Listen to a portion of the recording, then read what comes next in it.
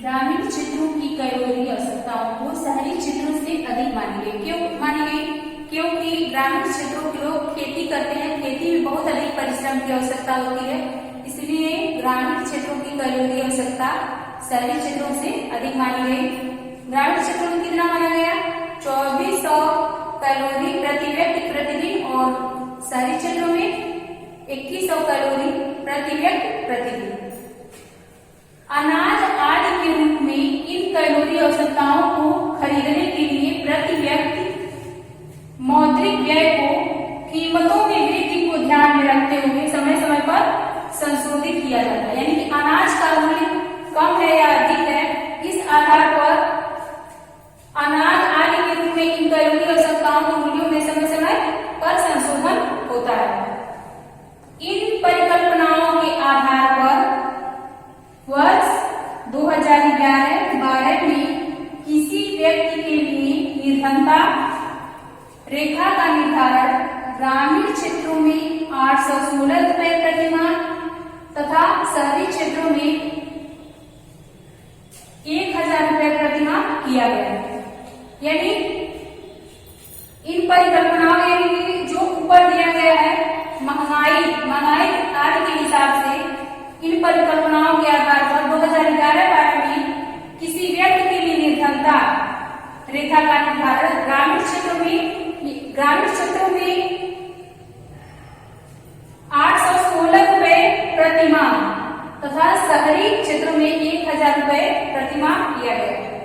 इनका कैलोरी का मूल्य 816 रुपए प्रति माह तथा 1000 रुपए शहरों में।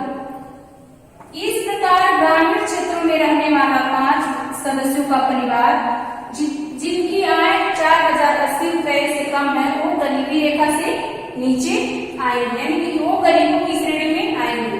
तथा शहरी क्षेत्रों में मूल आवश्यकताएं पूरी करने के लिए कम से कम 5000 रुपए की जरूरत होती है, इसलिए ऐसे व्यक्ति जिनकी परिवार में 5 सदस्य हों और जिनकी आय 5000 से कम है वो शहरी क्षेत्रों में निर्धनता रेखा से नीचे की श्रेणी में आएंगे। निर्धनता रेखा का आकलन हर 5 वर्ष पर प्रतिवर्ष सर्वेक्षण के माध्यम से किया जाता है। निर्धनता रेखा का आकलन किसके आधार पर किया जाता है? प्रतिवर्ष सर्वेक्षण के माध्यम से किया जाता है। यानी कि ग्रामीण क्षेत्रों में जिनकी आय 4080 रुपए से कम है वो निर्धन की श्रेणी में आएंगे और शहरी क्षेत्रों में जिनकी आय 5000 से जिनकी प्रति माह आय 5000 से कम है वो निर्धन की श्रेणी में आएंगे। भारत में निर्धनता अंतर्राज्यीय असमानताएं पढ़ेंगे हम लोग। अंतर्राज्यीय असमानताएं क्या होता है कि भारत में जो निर्धनता है वो हर राज्य में अलग अलग है, हर राज्य में एक समान नहीं है, इसीलिए इस शीर्षक का नाम पड़ गया भारत में निर्धनता अंतर्राज्यीय असमानताएं। यानी कि निर्धनता जो है वो हर राज्यों में एक जैसे नहीं है, हर राज्यों में उसकी मात्रा कम या अधिक है। निर्धनता कम करने में सफलता की दर विभिन्न राज्यों में अलग अलग है। जो भी भारत सरकार द्वारा प्रयास किए जा रहे निर्धनता को दूर करने के उपाय तो उसकी जो परिणाम मिल रहे हैं वो हर राज्य में अलग अलग है। वर्ष 2011-12 में भारत में निर्धनता अनुपात 22% है। 11-12 में निर्धनता अनुपात कितना है? 22%। कुछ राज्यों जैसे मध्य प्रदेश, असम, उत्तर प्रदेश, बिहार एवं उड़ीसा में निर्धनता अनुपात राष्ट्रीय अनुपात से भी ज्यादा है। यानी कि कुछ राज्यों जैसे मध्य प्रदेश, असम, उत्तर प्रदेश, बिहार और उड़ीसा में जो निर्धनता है वो जो राष्ट्रीय अनुपात है उससे भी अधिक है, यानी कि निर्धनता बहुत अधिक है। बिहार और उड़ीसा क्रमशः 33.7 और 32.6% निर्धनता औसत के साथ 2 सर्वाधिक निर्धन राज्य बने हुए हैं। यानी कि सबसे अधिक निर्धन राज्य कौन है? 32.6% निर्धनता, यानी कि उड़ीसा। बिहार का निर्धनता प्रतिशत है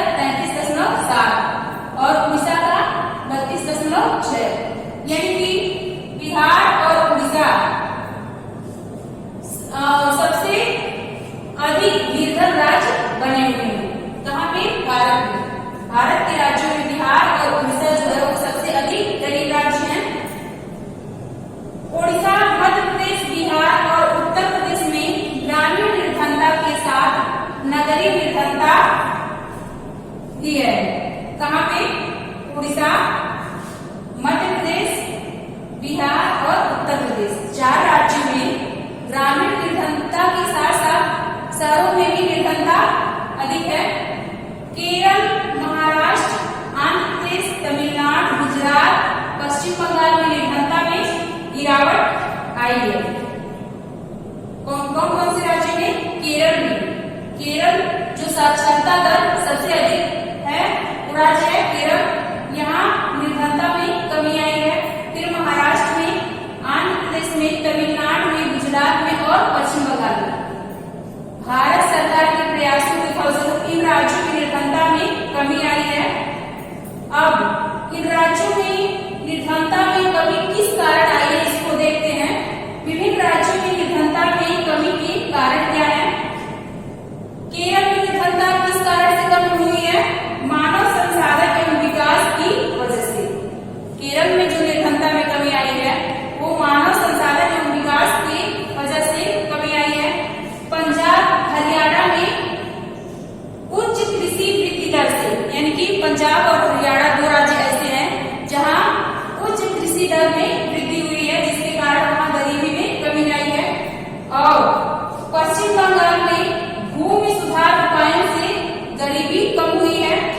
कहाँ पे? पश्चिम बंगाल से भूमि सुधार उपायों से गरीबी में कमी आई है। और आंध्र प्रदेश और तमिलनाडु में अनाज के सार्वजनिक वितरण के कारण गरीबी में कमी आई है। केरल में मानव संसाधन एवं विकास के कारण, पंजाब और हरियाणा में उच्च कृषि वृद्धि दर से निर्धनता में कमी आई है। और पश्चिम बंगाल में भूमि सुधार उपायों से निर्धनता में कमी आई है। और आंध्र प्रदेश और तमिलनाडु में सार्वजनिक वितरण से निर्धनता में कमी आई है। भारत में निर्धनता के कारण, वैसे तो भारत में निर्धनता के बहुत सारे कारण हैं, लेकिन कुछ कारण यहाँ हम लोग पढ़ेंगे। जैसे ऐतिहासिक कारण। ऐतिहासिक कारण में अंग्रेजों का शासन आ जाएगा। अंग्रेज भारतीय उद्योगों को नष्ट करके और अपने देश में बने मशीनों से बने कपड़े और सामान यहाँ के लोगों को खरीदने के लिए बाध्य किए, जिससे भारत में निर्धनता व्याप्त हो गई। भारतीय लोग गरीब होते चले गए और यहाँ का सारा पैसा इंग्लैंड चला गया। दूसरा है जनसंख्या में वृद्धि। ब्रिटिश शासन के दौरान ही भारत में जनसंख्या बहुत तेजी से बढ़ी और उस हिसाब से कोई भी उद्योग यहाँ विकसित नहीं हुआ। और उद्योग जो विकसित भी हुए उनमें लोगों को रोजगार नहीं मिला, जिसके कारण यहाँ गरीबी अधिक बढ़ गई। रोजगार के अवसरों की कमी के कारण भारत में बहुत सारे लोग काम करने के इच्छुक हैं, काम करना चाहते हैं, लेकिन यहाँ रोजगार की कमी है, जिसके कारण भारत में गरीबी बहुत तेजी से बढ़ रही है। भूमि एवं अन्य संसाधनों का असमान वितरण। भारत में बहुत सारे ऐसे गरीब किसान हैं जिनके पास बहुत कम भूमि है, जिनके पास भूमि ही नहीं है, वे दूसरे किसानों के खेतों में काम करते हैं या फिर विनिर्माण श्रमिक के रूप में काम करते हैं। तो ऐसे लोगों की वजह से भारत में गरीबी दिने दिन बढ़ती जा रही है, क्योंकि भारत में भूमि वितरण एक जैसा नहीं है। किसी के पास बहुत अधिक भूमि है तो किसी के पास बिल्कुल भूमि नहीं है। इस तरह से भूमि का असमान वितरण भी भारत में गरीबी का एक कारण है। और इसी तरह से अन्य संसाधन में किसी के पास बहुत अधिक है तो किसी के पास बिल्कुल नहीं है। इस तरह अन्य संसाधनों का असमान वितरण, असमान मतलब हर लोगों के पास एक जैसे कुछ चीज नहीं है, मतलब एक तरह से सब लोग नहीं है। इस तरह असमान वितरण, संसाधनों का असमान वितरण भी भारत में गरीबी का एक कारण है। अगला है भूमि संसाधनों की कमी। भारत में जिस तरह से जनसंख्या बढ़ रही है अगर भूमि भी उसी तरह से बढ़ता तो भारत में गरीबी नहीं होती। इस तरह से भूमि की कमी के कारण भी भारत में निर्धनता बढ़ रही है, क्योंकि जनसंख्या बढ़ रही है। रहने के लिए मकान की समस्या, खेती करने के लिए भूमि की कमी पड़ जा रही है, जिससे भारत में गरीबी बढ़ रही है। निर्धनता निरोधी उपाय में बहुत सारे उपाय हैं, लेकिन कुछ उपाय यहाँ दिए गए हैं। आर्थिक विकास की व्यूह रचना में परिवर्तन।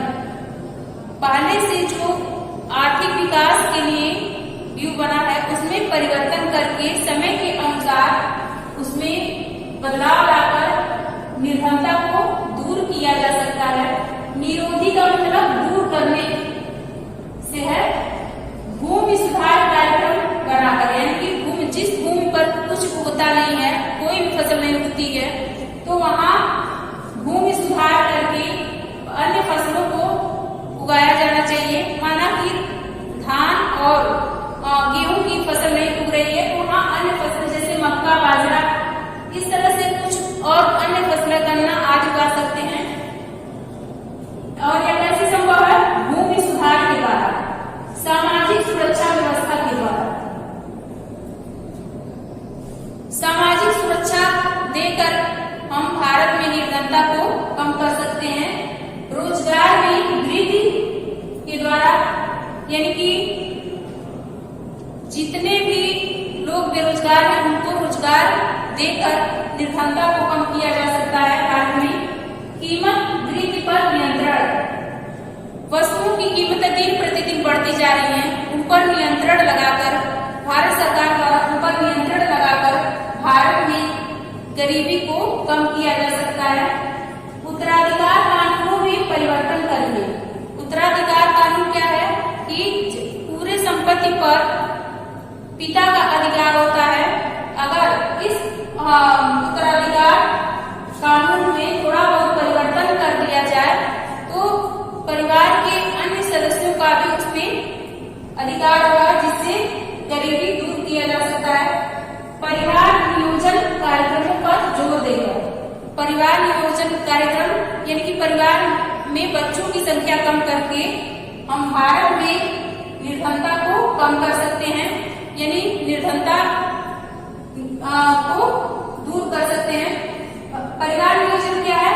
परिवार में बच्चों की संख्या कम करके भारत में गरीबी को कुछ कम किया जा सकता है। निर्धनता विरोधी उपाय में भारत सरकार की निर्धनता निरोधी रणनीति दो कारक हैं। भारत सरकार की निर्धनता निरोधी रणनीति के दो कारक हैं। पहला है आर्थिक समृद्धि को प्रोत्साहन। समृद्धि क्या होता है? किसी क्षेत्र में किसी विशेष समयावधि के दौरान हुए वास्तविक आय में वृद्धि को ही आर्थिक समृद्धि कहते हैं। 1980 तक भारत में 30 वर्ष के दौरान भारत में न तो प्रति व्यक्ति आय बढ़ी और न ही निर्धनता में कमी आई। कब? 1980 से पहले, यानी कि 1950 से 1980 के बीच भारत में न तो प्रति व्यक्ति आय बढ़ी और न निर्धनता में कमी आई। यानी कि 1950 में जो निर्धनता का अनुमान 45% था, वो 1980 में भी 45% ही था। 1980 के दशक से भारत की आर्थिक समृद्धि दर विश्व में सबसे अधिक रही।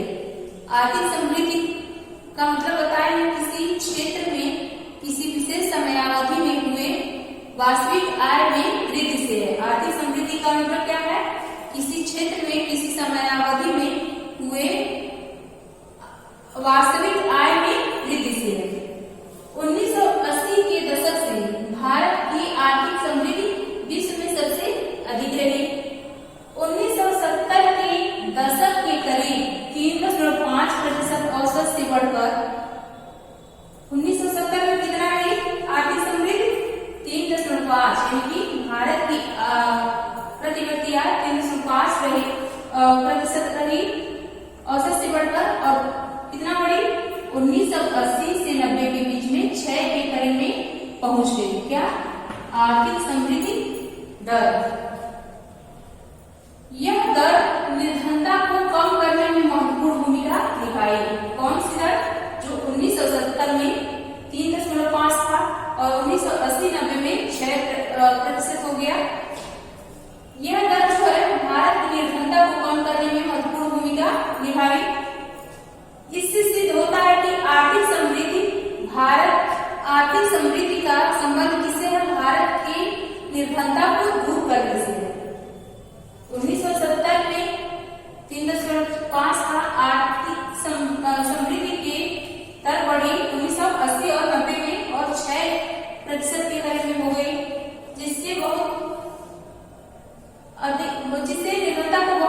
करने में सफलता मिली और ये बात ये सिद्ध करती है कि आर्थिक समृद्धि का संबंध भारत में निर्धनता को कम करने से है। आर्थिक समृद्धि अवसरों को व्यापक बना देती है और मानव विकास में निवेश के लिए आवश्यक संसाधन उपलब्ध कराती है। कौन? आर्थिक समृद्धि मानव विकास में निवेश करने के लिए संसाधन भी उपलब्ध कराती है। यह शिक्षा में निवेश से अधिक आर्थिक प्रतिफल पाने की आशा में आर्थिक समृद्धि से शिक्षा प्राप्त करके लोग अपने लड़के और लड़कियों को स्कूल भेजना शुरू किए। क्यों? क्योंकि अगर ये बच्चे पढ़ेंगे तो उन्हें और अधिक आर्थिक क्या हो सकता है? आर्थिक समृद्धि हो सकता है। कृषि क्षेत्र में आर्थिक समृद्धि अपेक्षाकृत कम रही और जिसका प्रभाव ये पड़ा कि भारत में किसान गांव में रहते हैं और गांव में अभी भी निर्धनता बरकरार है। यानी कि गांव में भारत के लोगों का 70% लोग लगभग गांव में रहते हैं और कृषि क्षेत्र में समृद्धि कम होने की वजह से अभी भी गांव में निर्धनता बनी हुई है, यह कम नहीं हुई है। निर्धनता निरोधी उपाय में सरकार की वर्तमान निर्धनता निवारण के 2 उपाय प्रचलन में है। आर्थिक समृद्धि यानी कि आर्थिक समृद्धि में राष्ट्र के आय को बढ़ाने के लिए उपाय किए जाते हैं और लक्षित निर्धनता निरोधी कार्यक्रम, निरोध मतलब रोकने से है, लक्षित निर्धनता निरोधी कार्यक्रम, इसके बारे में हम पढ़ेंगे। लक्षित निर्धनता निरोधी कार्यक्रम भारत सरकार द्वारा भारत में निर्धनता को कम करने के लिए या दूर करने के लिए जो उपाय किए जा रहे हैं, जो कार्यक्रम चलाए जा रहे हैं, वो क्या है? लक्षित निर्धनता निरोधी कार्यक्रम है। इसमें तमाम कार्यक्रम है, बहुत सारे कार्यक्रमों के बारे में हम जानते हैं, जैसे महात्मा गांधी राष्ट्रीय ग्रामीण रोजगार अधिनियम, इसको मनरेगा भी कहते हैं, यह 2005 में शुरू किया गया था। कौन सा कार्यक्रम? महात्मा गांधी राष्ट्रीय ग्रामीण रोजगार अधिनियम, इसको मनरेगा भी कहते हैं। हर घर के लिए मजदूरी रोजगार कम से कम 100 दिनों के लिए उपलब्ध कराना इसका उद्देश्य था। यानी कि हर घर के लिए मजदूरी रोजगार यानी कि मजदूरी करके रोजगार प्राप्त करना और 100 दिन तक काम की गारंटी इसमें दी गई। इसका उद्देश्य सतत विकास में मदद करना है। इसका उद्देश्य जैसे सूखा, बाढ़, भूमि कटान आदि को रोकना है। इसका उद्देश्य महात्मा गांधी राष्ट्रीय ग्रामीण रोजगार अधिनियम यानी कि मनरेगा का उद्देश्य क्या है? सूखा, बाढ़, भूमि कटान या भूमि की कटाई को रोकना, इस तरह देश के विकास में मदद करना है। केंद्र सरकार राष्ट्रीय रोजगार गारंटी कोष भी स्थापित करेगी। यानी कि राष्ट्रीय रोजगार गारंटी कोष भी केंद्र सरकार के द्वारा स्थापित की जाएगी। राज्य सरकार भी इसी की तर्ज पर राज्य रोजगार गारंटी कोष स्थापित करेगी। इस कार्यक्रम के अंतर्गत अगर आवेदक को 15 दिन के अंदर रोजगार उपलब्ध नहीं कराया गया तो वह दैनिक बेरोजगार भत्ते का हकदार होगा। यानी कि 15 दिन के अंदर अगर आवेदक को जो महात्मा गांधी राष्ट्रीय ग्रामीण रोजगार अधिनियम में आवेदन किया है और 15 दिन के अंदर उसको अगर काम नहीं मिलता है तो वो दैनिक बेरोजगार भत्ते का हकदार होगा। यानी कि सरकार की तरफ से उसको दैनिक बेरोजगारी भत्ता मिलेगा। अन्य योजनाएं कौन कौन सी हैं? भारत सरकार द्वारा भारत में गरीबी को कम करने के लिए बहुत सारे कार्यक्रम चलाए जा रहे हैं, जिसमें एक कार्यक्रम हम लोग पढ़े हैं महात्मा गांधी राष्ट्रीय ग्रामीण रोजगार अधिनियम मनरेगा। इसके अलावा काम के बदले अनाज कार्यक्रम, यह 2004 में चलाया गया था। कौन सा कार्यक्रम? काम के बदले अनाज कार्यक्रम 2004 में चलाया गया था। प्रधानमंत्री रोजगार योजना 1993 में चलाई गई थी और प्रधानमंत्री ग्रामोदय योजना 2000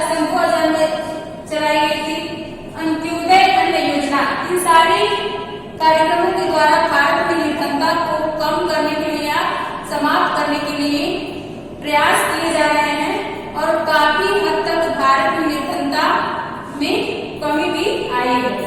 भावी चुनौतियां हम लोग पढ़ेंगे कि निर्धनता दूर करने के लिए क्या क्या करना पड़ता है, कौन सी निर्धनता में कौन कौन सी निर्धनता सामने आएगी। भारत के हर क्षेत्रों में निर्धनता एक जैसी नहीं है, न तो शहरी क्षेत्रों में ग्रामीण क्षेत्रों में बराबर है, न हर राज्यों में एक बराबर है। यह सबसे बड़ी चुनौती की बात है। निर्धनता के प्रयासों के फलस्वरूप यह उम्मीद की जा रही है कि निर्धनता अगले 10-15 वर्षों में कम होगी। लोगों का यह अनुमान है कि निर्धनता 10-15 वर्षों में पहले की अपेक्षा कम होगी। यह उच्च आर्थिक समृद्धि, और ये कैसे कम होगी?